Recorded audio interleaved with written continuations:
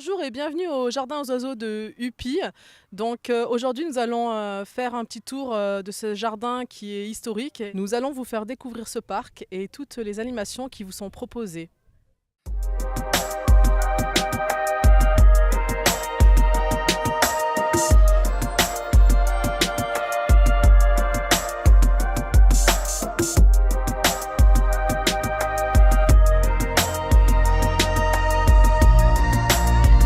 Alors ce parc a été créé en 1967, petite entreprise familiale. Donc au départ c'était monsieur et madame Niozu qui ont ouvert ce parc. Il y avait une collection d'oiseaux et jusqu'au moment où ils ont voulu ouvrir le parc au public pour essayer aussi de faire rentrer un petit peu d'argent parce qu'il faut bien nourrir tout ce grand petit monde. Donc voilà, mais au départ c'est vraiment une histoire de famille qui a ouvert il y a 40 ans. Que le parc c'est pour les grands, pour les petits, il n'y a pas d'âge. Ah, il n'y a pas d'âge. On aime la nature, on aime le contact, parce que c'est vrai qu'ici, les oiseaux, on peut vraiment les avoir de très très près. Donc c'est assez sympa. Mais non, il n'y a pas d'âge. On peut avoir de 0 à 99 ans, tout est possible ici. Non, vous pouvez faire des anniversaires au parc pour les enfants qui souhaitent inviter leurs copains, leurs copines. Et il y a différentes formules. Le parc, en fin de compte, marche vraiment 3 mois dans l'année. Avec les spectacles, c'est quand même ce qui plaît énormément. Et moi j'ai été embauchée justement pour mettre des animations hors saison.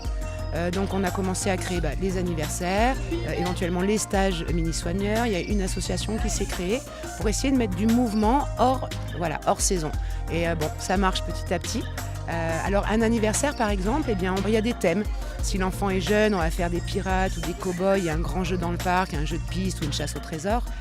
Si l'enfant veut plus découvrir l'animal et le toucher, le caresser, lui donner à manger, c'est possible. Donc on va plus faire un anniversaire ciblé sur l'animal, secteur animalier.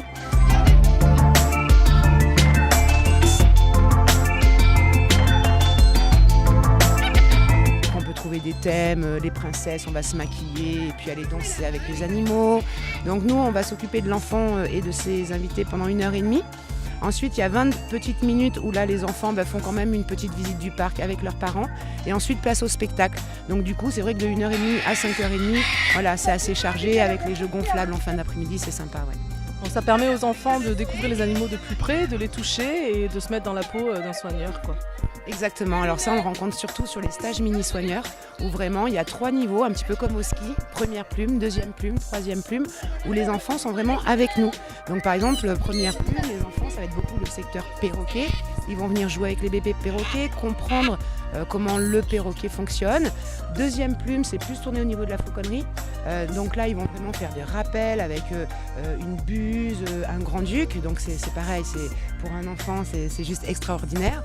Et une troisième plume pour tout ce qui est oiseaux exotiques, où là, l'enfant va plus vraiment donner à manger, découper, se rendre compte de toute la préparation.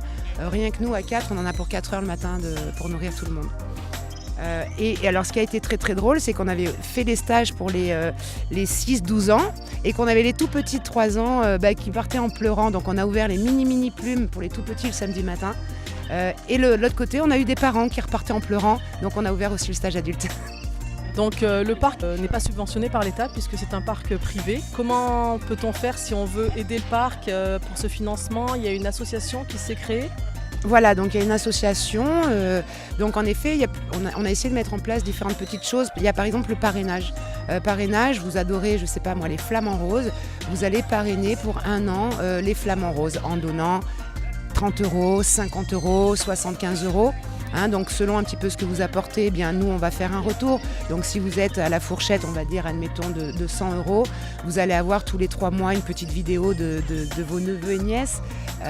Et puis de temps en temps des petites nouvelles, vous connaissez leur histoire, à quel moment ils sont arrivés au jardin, pourquoi on a inclus ces espèces-là. Donc il y a cette façon-là. Tout ce qui est animation, Halloween, Pâques et peut-être Noël cette année, où pareil on fait des tombolas, ce genre de choses. Après quelqu'un qui a envie de nous aider peut très bien dire allez hop j'offre une enveloppe, tout simplement à l'association et l'association reverse directement au jardin aux oiseaux. Ouais. L'argent en plus ça serait vraiment pour rénover les volières, certaines volières qui tout doucement commencent à être un peu vieillottes. Donc nous on a nos priorités, donc bien sûr nous on se suffit à nous-mêmes pour nourrir nos animaux, ça c'est certain. Mais tout ce qui va être un petit peu le surplus, une volière 2 fois plus grande, eh ben, ça peut être le parrainage par exemple ou le don de nos visiteurs peuvent à ce moment-là vraiment nous soutenir. Ouais. Donc s'il y a des partenaires qui sont intéressés pour aider le jardin aux oiseaux, on va vous mettre l'adresse sur l'écran donc, du jardin aux oiseaux du Puy et des coordonnées téléphoniques. Il y a aussi, on peut faire des cadeaux avec les stages de plumes pour Noël, pour les anniversaires et tout ça, ou par internet ou directement à l'entrée, à la réception au parc. Exactement, donc soit directement en vous déplaçant sur le parc, sinon sur internet vous avez toutes les infos, les dates déjà au préalable, donc une date vous intéresse pour votre enfant, vous appelez, vous réservez votre date. Du coup pour l'adresse vite fait, donc c'est www.contactjardinsoiseaux et au plaisir de vous revoir.